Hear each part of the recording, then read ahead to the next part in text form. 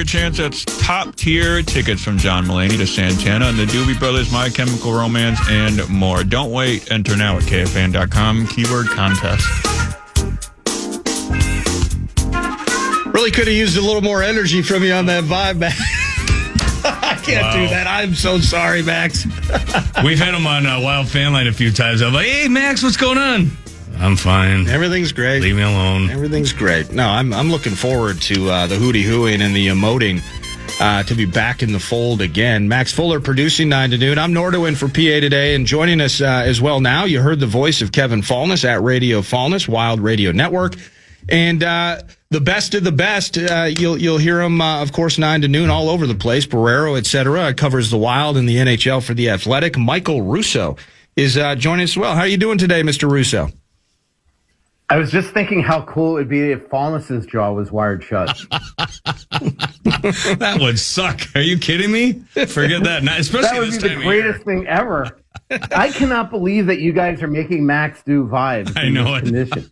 Well, hold on here. That's a very. He has the option. It's producer's option. If he wants to do vibes or the cash keyword, he can do it. If he doesn't want to, he doesn't. But that's send all your mail to Chad Abbott is the way I'm going to put that here. But good to see Max. I think Max should take Falness on a long bike ride and see what happens. Trust me, I would love that. No chance, my friend. Oh man. Well, no chance for multiple reasons. Yeah. Wild off today. Then they're off tomorrow. They were off. Just since I took enough shots at Falness, I did tell Max that I could use my jaw wired shut, especially on these road trips, going to all these great restaurants. Yeah, right. So it hasn't been a kind season for me. Yeah. Well, people on Talkbacks are calling me Nord Squish now, so I guess we're just all letting it hang out here as we. Yeah. We've dug ourselves a hole, Mr. Russo. 0-2, we get the home game on Saturday. How badly did they need this rest? And what does the schedule look like? Like, what does this 3-day period mean and look like for Heinze's team? Yeah, it's funny. I'm interested if they have a full practice here in a half hour. Actually, Joe Smith, my colleague, will be at the practice. I'm working on a couple other stories today. But the reason why I'm interested is because, I don't think they were originally supposed to practice today. I think they were going to actually, use yesterday as a rest and recovery day, and today just have meetings and a rest and recovery day, and then go on the ice tomorrow. But they called a practice today. So, either they're going to practice today and maybe give them a rest or recovery tomorrow and then skate Saturday, or they're going to practice 2 days in a row. And I think that's something that, one of my biggest questions to John a couple games ago was just, that Colorado's been able to really prepare for the Wild for a while. And I don't think the Wild really had that ability just because it was such a fast turnaround to come here. They never thought they were getting on that plane Saturday until really that night and the night before. And so it was almost like they just showed up in the second round and yeah. I don't want to say wasn't prepared, but I think these 3 practice days are going to do wonders for them. One, to recover from some banged up bodies and maybe hopefully get Eriksson Ek on the ice here in the next couple days. But the other thing is just to go over some drills that essentially are killing this team. To the way that Colorado is able on the penalty kill when they're on the Wild or on the penalty kill, just easily get into the zone through different types of breakouts. To the way that they're able to, take advantage of the Wild's pretty passive box and things like that on the penalty kill, because the penalty kill has really been, trouble for them now 2 rounds in a row after being really good for them at the end of the regular season. So I just, I'll be interested to see what practice is like today. Is it an optional? Is it a full practice? What tomorrow is like? And we'll find out in about a half hour. Well, is how much of that is really at this stage of things? So you've been following it, you've been writing about it, I've been watching about it, and then talking about it. Like whether it's the power play, it's the penalty kill. I mean, round 1, it's like, hey, no Zuki in the mix, no Eriksson Ek now. Mm-hmm. You can't help those things. Winning clean draws in the zone, maybe that's a thing, but it just feels like there's a collection. As we look at now 7 games of either 2 of 26 or something in the last 7 games on the power play, that's hideous. Colorado having their way with us on the man advantage themselves now. Like you can do these drills over the next couple of days, but is there any element of this, Russo, where it's like the players got to just figure this out? Like whether is it a mental hurdle, whatever it is, you just have to be better. And maybe in some ways the coaching is done.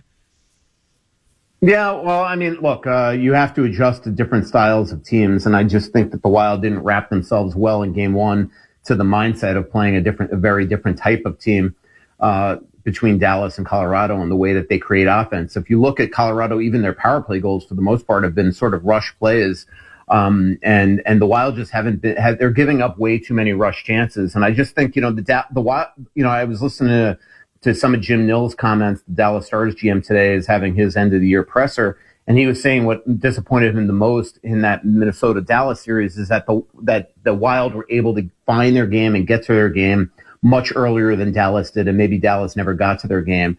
And so far in this series, it just feels like the Wild haven't gotten to their game, and Colorado has. And a lot of it is the Wild's forecheck. They just have not been good enough there. They haven't instilled their will and their physicality to bang bodies. They did in the first couple minutes of Game 1, where Kel McCarr was actually knocked out of the game for the rest of the period with a leg injury on a check from Marcus Foligno. But really, other than that, it's Colorado that are, as a coach would say, out physicaling the Minnesota Wild, and I think that the Wild need to get to that game, because I think that game is what's going to stop Colorado from leaving their zone with such speed.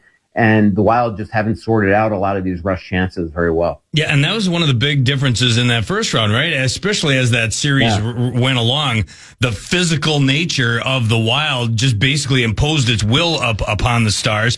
And throughout the course of that, you saw that through that 6-game series, they came out as the more physical play. I just can't believe how there's been such a lack of physicalness from the Wild in the first 2 games of this series. It's the Avalanche that have turned the tables on Minnesota.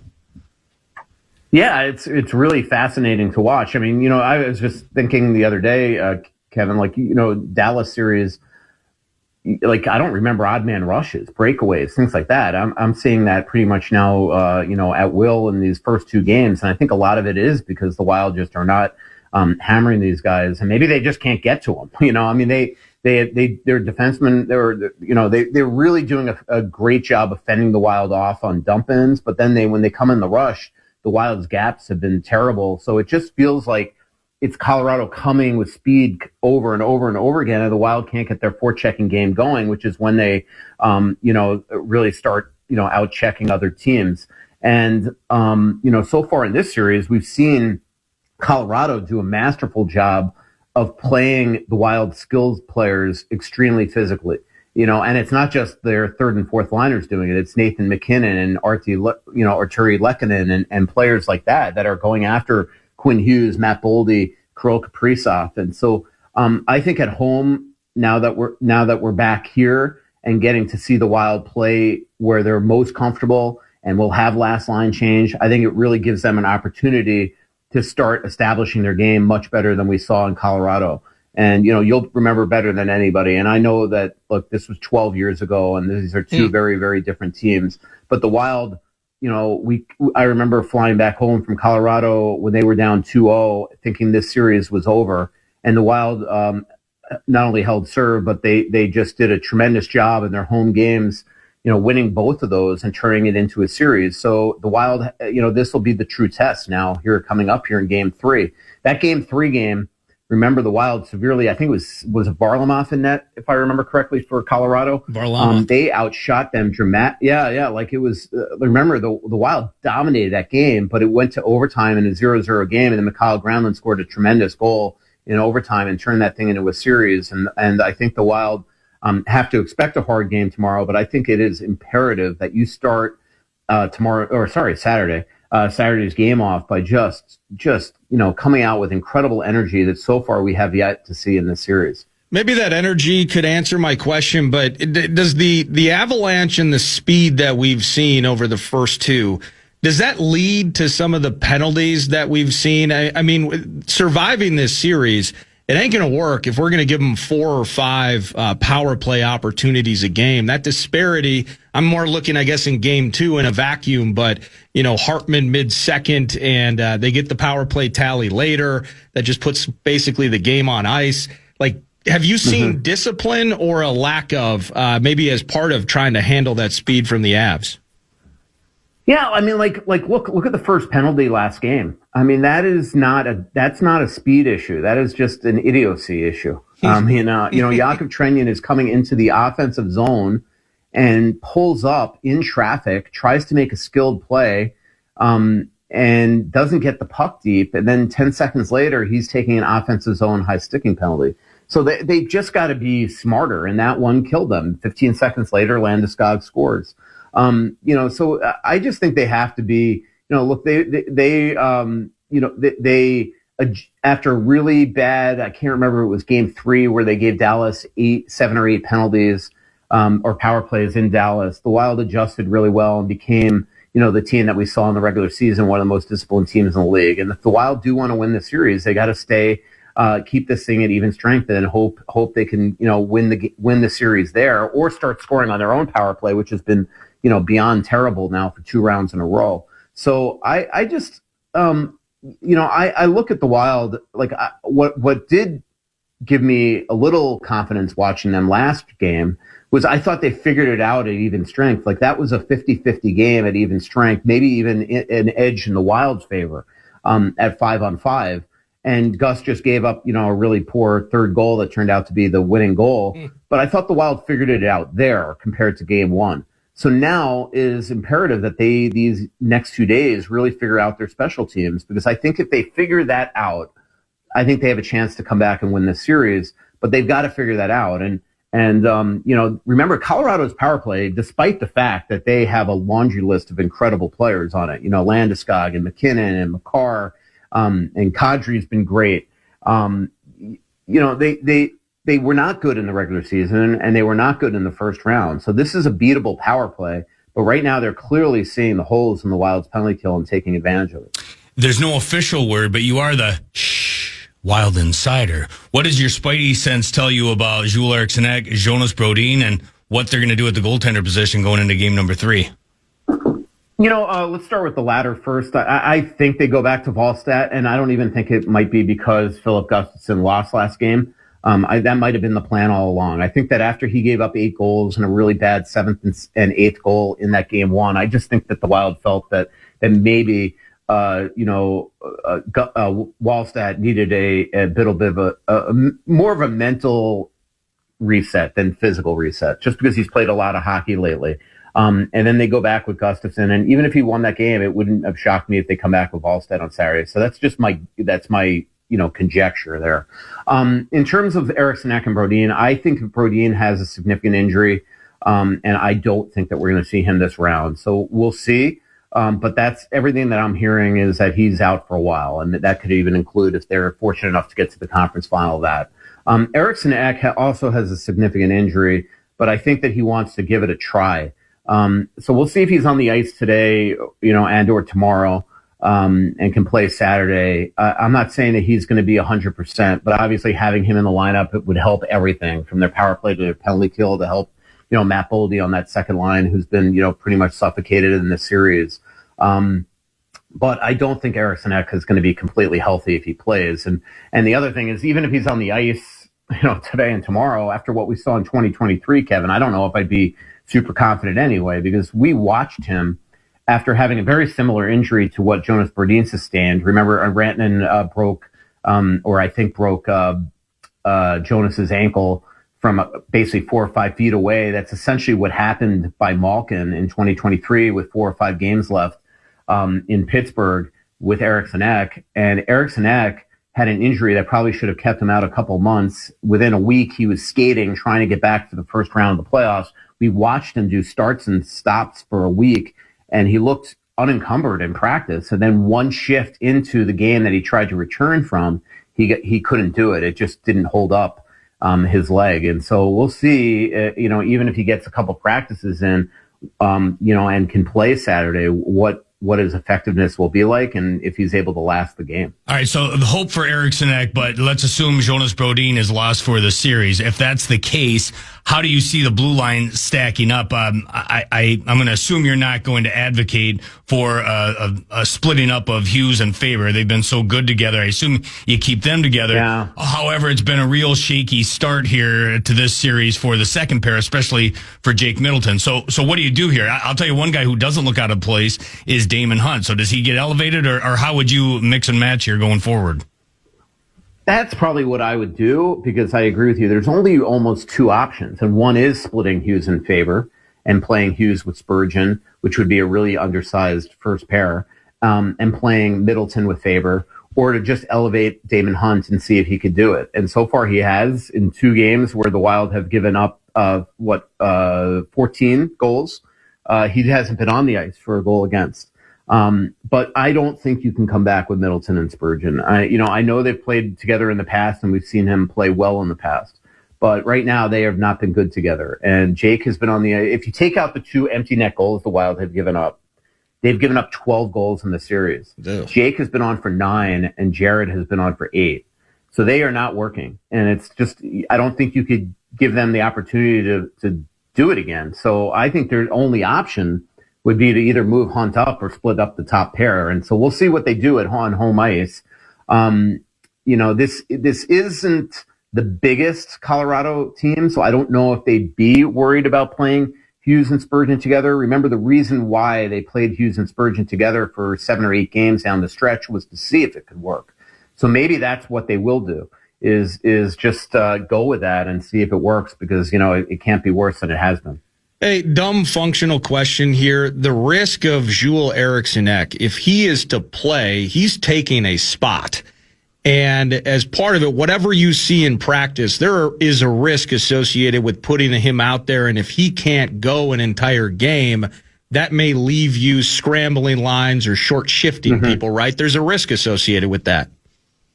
Yeah, and that's probably why, I don't think you could just put Ek in the lineup and take out Urov completely. To me, you need that, you need that security. If Eriksson Ek wants to go, you're playing. And as long as the doctors say that you can. So then the question is, because of what we saw in 2023, maybe somebody will remind John of that because he wasn't here. Maybe it would be imperative to just have Urov in the lineup in some capacity, just in case something did happen to him. And then you have that ability to put Urov in there if he can't get through the game. We'll see if there's other lineup changes. They were really toying with putting Hunter Haight in game 2. Game 1. They were actually thinking about it, and they went with Urov. So we'll see if Haight gets an opportunity. We'll see if Brink gets an opportunity, if maybe a Sturm comes out, because their fourth line really hasn't been very effective. So maybe you need that speed. I know I was talking to Eric Johnson the other day, who played with Bobby Brink in Philadelphia, and he really thinks that Brink could be an aid to the Wild in this series because of his speed and playmaking abilities. So we'll see what the Wild have up their sleeves going into game 3. We're just we're going to let this thing simmer over the next couple days into game 3, and we're not kind of sweating maybe the lack of production of Boldy the way that we were sweating it with Kaprizov last series, right? I mean, as wonky as game 1 was, and then tough luck on that first power play in game 2, and just you're not seeing kind of the jump and the spark with the brilliance he showed in Dallas. We're okay on Boldy. We're hoping that we find something in game 3, right?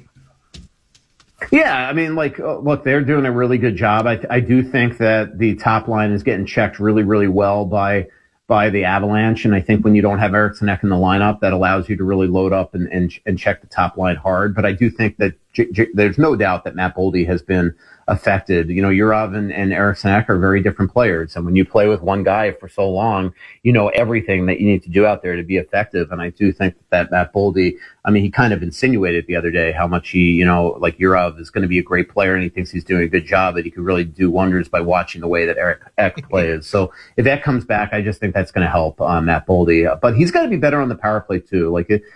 He was the first period the other night. He made a couple really big mistakes. He was, flubbing pucks and things like that.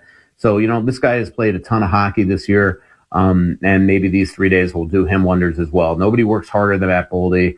I'm not worried about them. And I think at home, I just think it's the perfect opportunity for John Hines to really get better matchups at home for both Boldy and Kaprizov. But I give Colorado a ton of credit. Like obviously I knew that when they traded for Nicholas Waugh and Nazem Kadri that they really deepened out their lineup significantly. I think Chris McFarland did a couple masterful trades there, but their third and fourth lines have been fast. They've been physical. And really coming into the series, I kind of thought the Wild had the edge there, especially fourth line. And so far, they've just done a really good job. And look, there's a reason why they've been the best team in the league this year.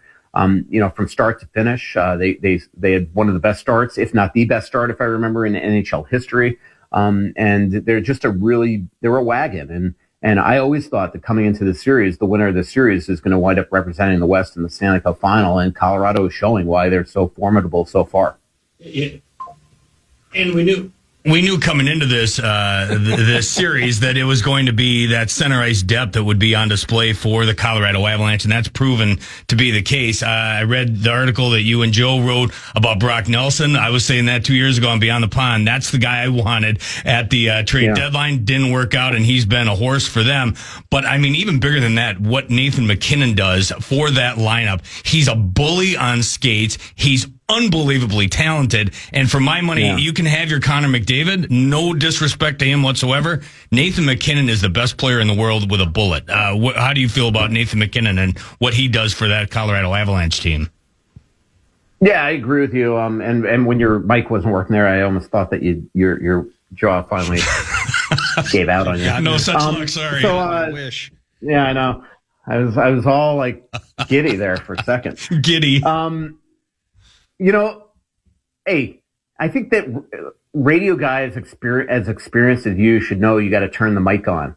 Like I heard you trying to talk. I heard you inside Nordo's mic there. What's it like to be perfect? Must be nice. I know. I trust me. I was talking to Mark Moser the other day about times where I can't even imagine that he actually roomed with you. Yeah, we did. Holy crap! It was a long time. Could you imagine, Nordo, what that must have been like? I was smoking at the time. So anyway, he was spitting and everything. He's still spitting. I know he is. On social media. That's still the greatest video ever of Mark Rycroft taking a swig of his spit. Oh, God, gross. Anyway, I agree with you. I mean, Nathan MacKinnon, I would start a team with him any day of the week. Like, I know that Wild fans love to hate him, but the guy is just a monster on ice. He'll do anything to win. He's built like a tank. He just keeps himself in just impeccable shape, and he's just like when he's coming up the ice with the puck, it is like a thoroughbred out there. And what he has and McDavid doesn't have is that physical game, as Matt Boldy learned the other day, and Quinn Hughes in some painful fashion. So he's awesome. And you're right. I mean, up the middle, especially now with Eck hurt, I mean, it's butterfly effect, right? You don't know if Eck gets hurt, if Brock Nelson's in this lineup and all that type of stuff. But Brock Nelson, now that Eck is hurt, that was kind of the premise of my story the other day is, boy, what would they give to have him now? And the Wild really, they were preparing. They were hoping to go hard after him. Obviously, you never know what would happen if he went into free agency and if he would have signed with them. But look, he was traded to Colorado. They made the big move at the deadline last year and gave up a haul for him and a really good prospect in Richie and a first round pick. And so they re-signed him and he fell in love with that area. And so I don't hold anything against him. I know Bill Guerin doesn't. Clearly he didn't by putting on the Olympic team, that he didn't wait a month to see if the Wild would go after him. And the Wild, had to respond, and they obviously make the Tarasenko trade and sign Nico Sturm, but those don't happen if Brock Nelson's here. And so he is just, the one thing that the Avalanche have not been able to do since Nazem Kadri left after their 22 Cup was get a really good second line center. They tried with Middlestat, they tried with Charlie Coyle, but then they found the guy in Brock Nelson, and then coincidentally they go out and get Nazem Kadri back anyway. So, and he's playing third line center for them. So they are deep up the middle, as deep as anybody. They go get Nicholas Waugh at the deadline, who's a center, and he's playing wing there because they have so many good centers. So, they're a really good team, Kevin. So, last thing for you here, and we'll let you go on with your day. Wild taking the ice today, just kind of in recap like fashion. Like, what are you looking at? Whether it's today, I mean, it could be optional, it could be in full force, working on special teams. What are you going to try and glean from the ice, from the Wild on the ice today in terms of moving forward towards Saturday? Well, the biggest thing I'll be doing is reading Joe Smith's X account, because I actually am not coming today. I'm covering tomorrow, Joe today. That's the benefit of having two of us here. I'm working on a Brent Burns feature right now. But I mean, the biggest thing is to see how much special teams work they do, and if Eriksson Ek is out there, and then how he looks. And so, Joe's on that, and that should be those news. If you check out Joe Smith NHL, and starting about 5 minutes, the Wild should be trickling onto the ice here any minute. Do you consider Joe your assistant, or are you guys just equal partners in this situation? Ooh, good question. We are equal partners. We are not Zach Halverson to you. That is your assistant. We all know that. Joe and I are on equal footing. Okay. So yeah. I was just curious. It was just a question. No need to hate. Hey, thanks. No. We were just pointing out with Zach. We all know that Zach's your assistant. Very much so, and he's a hell of an assistant, to be honest. Yeah. What do you guys go get Max some ice? I can't even imagine what he's dealing with right now. He's fine. He's never been more comfortable. Hey, thanks as always, Mr. Russo. We will follow Joe. We will follow you, and it'll be a block party and mass hysteria at Grand Casino tomorrow night. Wild to win Game 3, and we'll have some fun with it at the beginning of next week. Thanks, man. Yep. See you guys. This was fun. See ya. That's Michael Russo, The Athletic at Now, Russo. Yes. Beyond the Pond, we call him Shh Wild Insider, because he's got secrets. He does. So you got Wild Insider. He's got all the secrets. Who knows more than Russo? Nobody. Are you Nobody kidding me? does. And he says how hard Matt Boldy works. He too works really hard, except when he's got his cohort, Joe Smith, filling in for him so he can go take a sauna or whatever he's doing. But good for him. You know what? He's been in the league for 50 years. He deserves an assistant. 50 years. Cohort. It's a celebration. Equal. It's a milestone. Yes, indeed, follow Russo. What is happening, and follow Joe, Joe Smith NHL via X. Wild are jumping on the ice here in the next 5-10 minutes. And so whether it is special teams work, how much do they allocate time to that? Will we see Eriksson Ek skating around the rink today? Definitely some things to pay attention to. No real answer. And I know we're still efforting. And the coach, John Hines, was set to join at some point this morning, 9 to noon. But then things got weird. It sounds like today was maybe even an off day that turned into a work day. And so that's what changed things. We're hoping to have the coach on tomorrow, and maybe we'll find out who's going to be in net Game 3 as well, whether it's Gus or it's Volstedt. And we'll continue that conversation around the corner. Max is going to have a cash thing. And then when we come back, some more on the Minnesota Wild. I see some of your texts and talkbacks rolling in as well. But we're going to continue heavy on hockey over the course of this final hour, 9 to noon. Max, BigDeck.com, The Fan, what do we got for the listeners? The Fan and BigDeck.com want to give you a shot to win bonus bucks with our national cash contest. Enter the keyword cash. That's simple at KFAN.com now for your shot at winning. That's keyword cash. Enter it now at KFAN.com.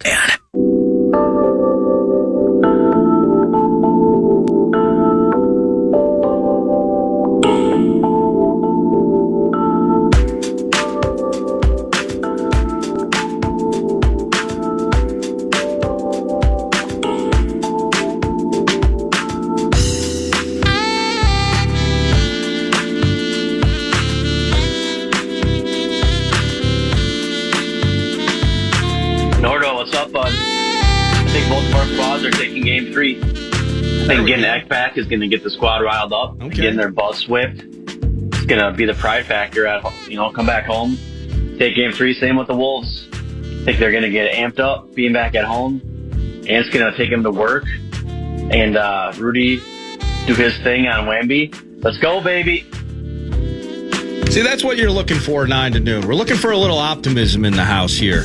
It's Nordo in for PA. PA back in the mix tomorrow. Still in studio with me, the captain of the Wild Radio Network ship. His name is Kevin Falness, at Radio Falness via X. 1 L, 2 S's. Is that what it is? Yeah, in fact, it is. Nord Squish. Do you...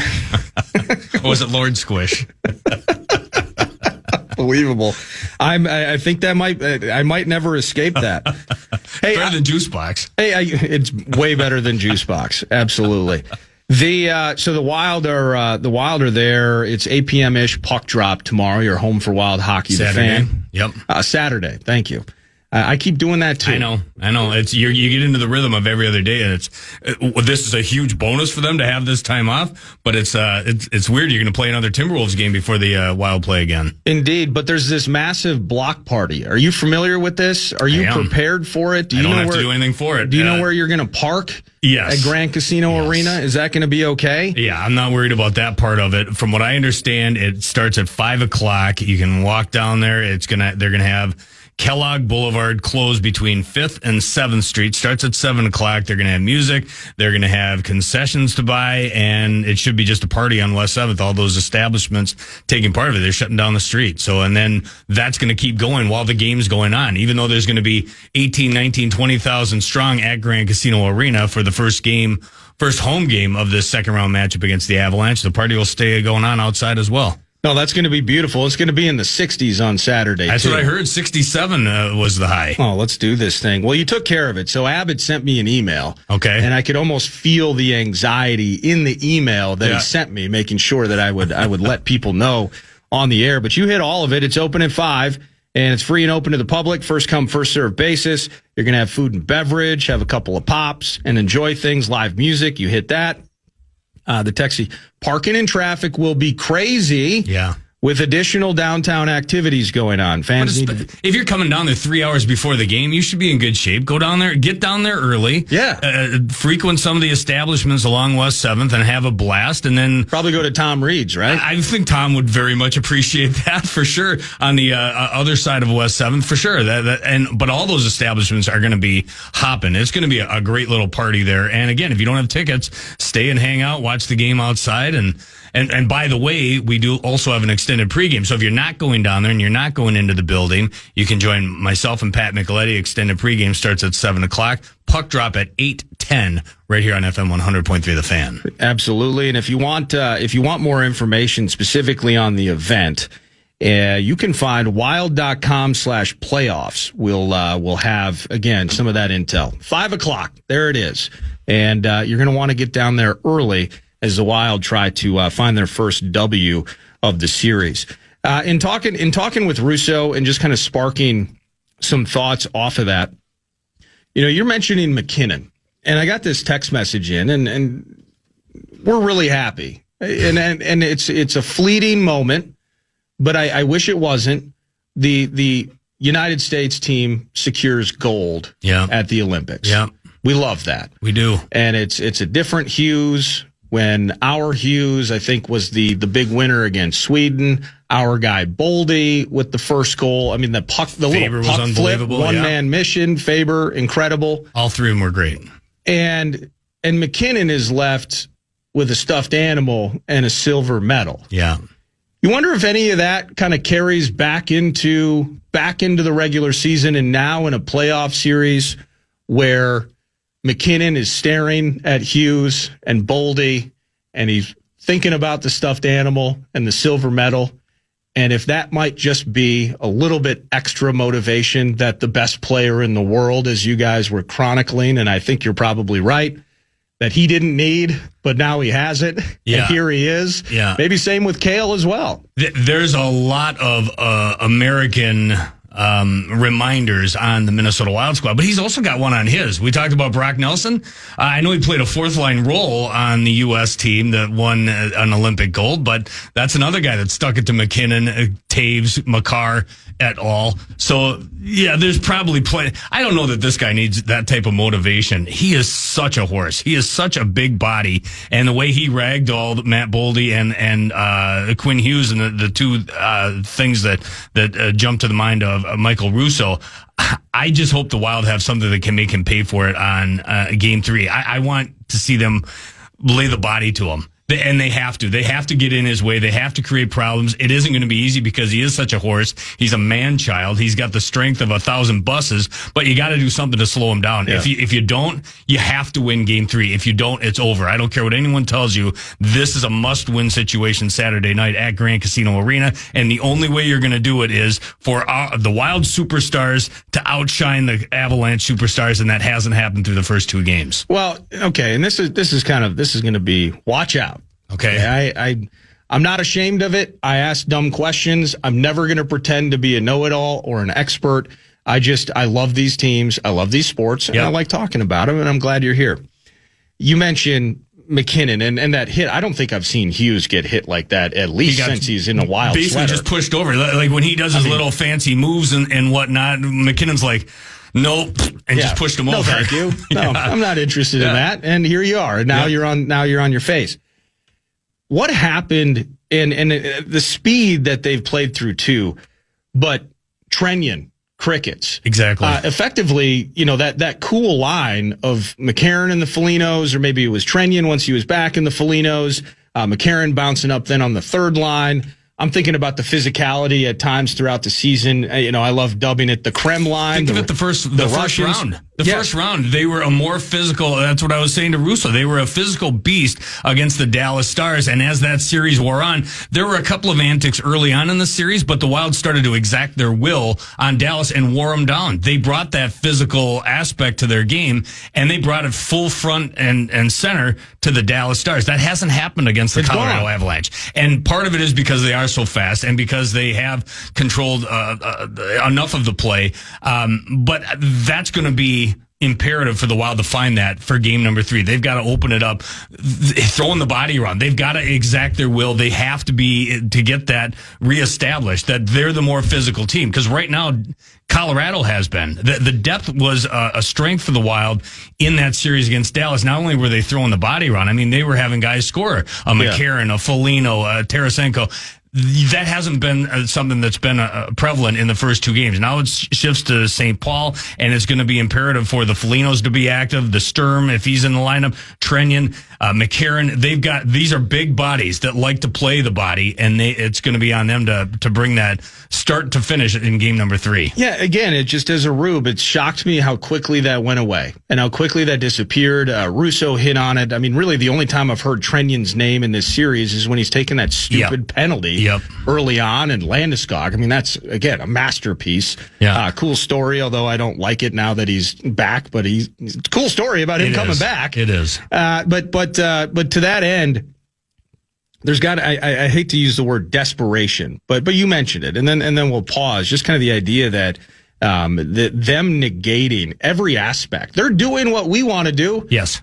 Just a hell of a lot better. Yep. And it's been incredibly frustrating to watch through too. Let's pause, one more break, and then when we come back, we'll put a wrap on the show and continue to just kind of sum things up as we end a Thursday broadcast here 9 to noon on the Fan with Kevin Falness in studio, Max Fuller producing. I'm Nordo from 9 to noon.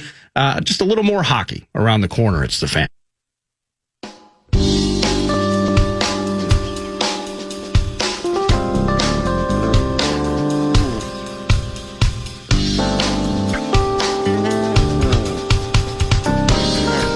Final segment, 9 to noon. Thank you, Max Fuller, for hanging out and producing today. And we're not howling. You heard it from Rhonda Moss. I'm Rhonda Moss. Just killing us with that sports update. It wasn't even close, I guess. We got throttled by the Spurs. The Wolves did last night. Friday will be game 3 at Target Center. Ant thinks the crowd's going to be raucous. I tend to agree with Anthony Edwards.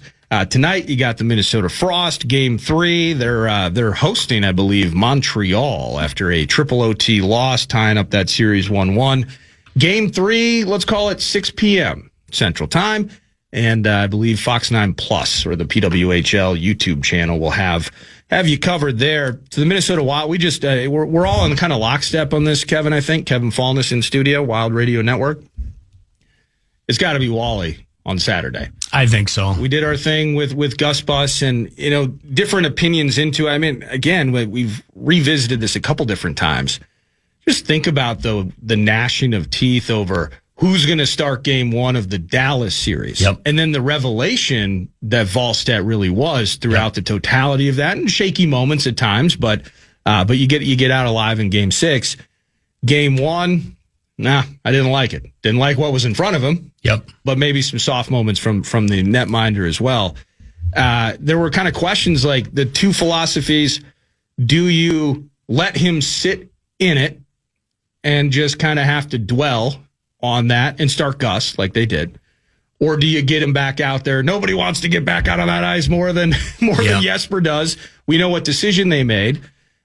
Generally just nonplussed with what I saw from Gus. Yeah. Back to Wally. If we're going to get high-end goaltending, it feels like the ceiling is higher for Wallstedt. I think it just must be Wallstedt Game 3. Using the benefit of hindsight, it probably doesn't look like the best call to give Gustafsson game number 2, but I understood the reasoning, whether they said it out loud or not, coming out of game 1 where the guy gave up 8 goals and did not look like the guy that was unbelievable in the first series. He was probably their MVP along with Quinn Hughes, Matt Boldy, Brock Faber was great against Dallas. Yeah. But Jesper Wallstedt, for a guy that was an unproven commodity when it comes to Stanley Cup playoffs, he hadn't experienced it. Didn't show it in the first round. He looked a little weary, and he didn't look sharp in game 1 against the Colorado Avalanche. A game, by the way, that the Wild very much could have won. They did score 6 goals in that, but he gave up 8. He didn't look sharp, so I had no problem with them giving Gustafsson the start in game 2. This, despite the fact that he hadn't played in 3 weeks and has been shaky down the stretch. I think he lost 4 of 6 in his final 6 appearances of the regular season, giving up 25 goals in the process. That's why Jesper Wallstedt was your number 1 guy going into the Dallas series, despite not having a ton of experience. But I can understand going to Gustafsson in game 2, but now, of course, you're giving the keys of the car back to Jesper Wallstedt. Yeah. And I don't think there's any question about it, and I don't think it should be met with any type of hesitation. He's the guy. I'm glad you asked Russo earlier whether he was interested or how he would handle the blue line matchups. Yep. I mean, Middleton is not glitz and glamour, but Middleton is stable.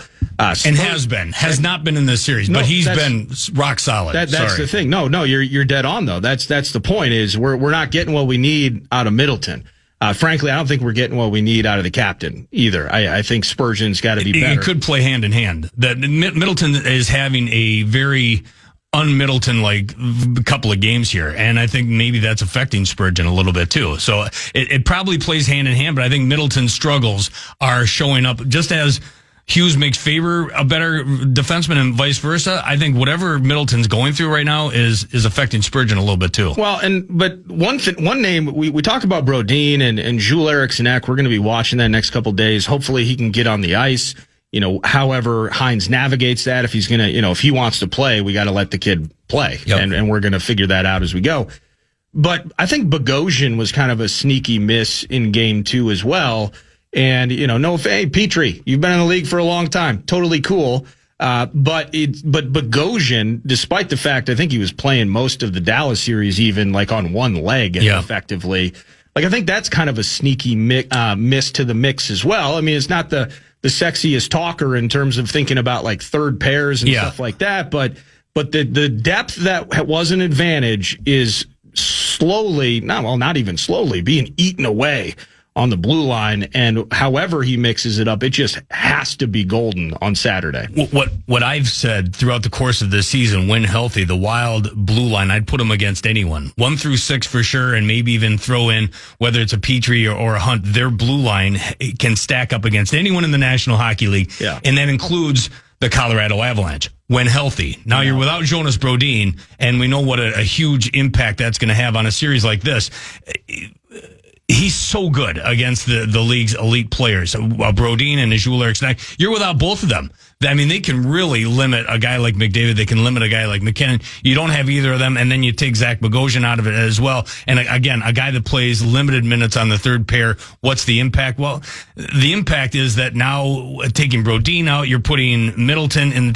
When you have Middleton and Bogosian as your third pair, you're in pretty good shape, especially when Middleton plays the way he typically does. Now everything's kind of thrown up against the wall a little bit. I hope Hunt gets a little bit more action here as we move forward. He's been very good. He doesn't look out of place, and I know he too is just a rookie, but he's a big body. He can skate and he can throw the body a little bit. I think he'd be a welcome mix if they can get him some more minutes. Yeah, the way you laid it out, you're dead on when healthy. But I was thinking even like last series, I mean, not to be like, this isn't Bogosian fan line per se, but there were moments against Dallas where it's like, okay, we already are out Brodin. And then you have, let's call it, like there was, I forget which game it was. Middleton was in the box. Faber took a penalty. And you're rolling out, and Quinn Hughes ain't killing penalties. No. And so you're rolling 3 guys over the course of these penalty kill situations. And Bogosian was like a freaking warrior out there. I mean, you're asking him to do a ton of work. Yeah. And he was coming through. And so maybe the idea into Saturday, I mean, trying Hughes with Spurgeon maybe later in the season, as you were talking about with Russo, maybe that's a thing. Yeah. But I don't know. As Faber and Hughes are together, I think you live or die with that pair. I really do. I think you ride them into the ground and they'll probably play 30, 35 minutes together and then figure out what to do with the other 4. Wow. To me, I don't want to split them up. And maybe that's the route they go. And maybe I'm talking onto my backside. I don't want to see those 2 split up. I think they are so dynamic together that you ride or you die with Hughes and Faber together, in my opinion. 5 p.m. block party, West 7th, Kellogg being taken over by you, the Wild fans out there. 5 p.m. block party. You can go to wild.com/playoffs to get information about that free event with food and beverage and just celebrate Saturday for Game 3. Puck drop around 8:10 p.m. Home for Wild Hockey, the Fan. And we need Game 3. I think that's the theme from this one. Must-win scenario, Beyond the Pond, 10 o'clock on Saturday morning, featuring Pat Micheletti. Extended pregame starting at 7 o'clock, featuring Pat Micheletti. It's a Pat Micheletti Saturday going into Game 3.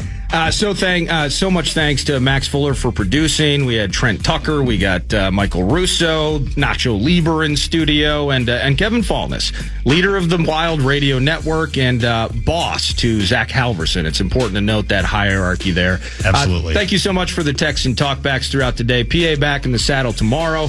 Have a terrific Thursday afternoon, and the Grum is next. You're listening to The Fan. Podcast today's Paul Allen Show, or listen back to previous show and interviews by going to the iHeartRadio app or KFAN.com.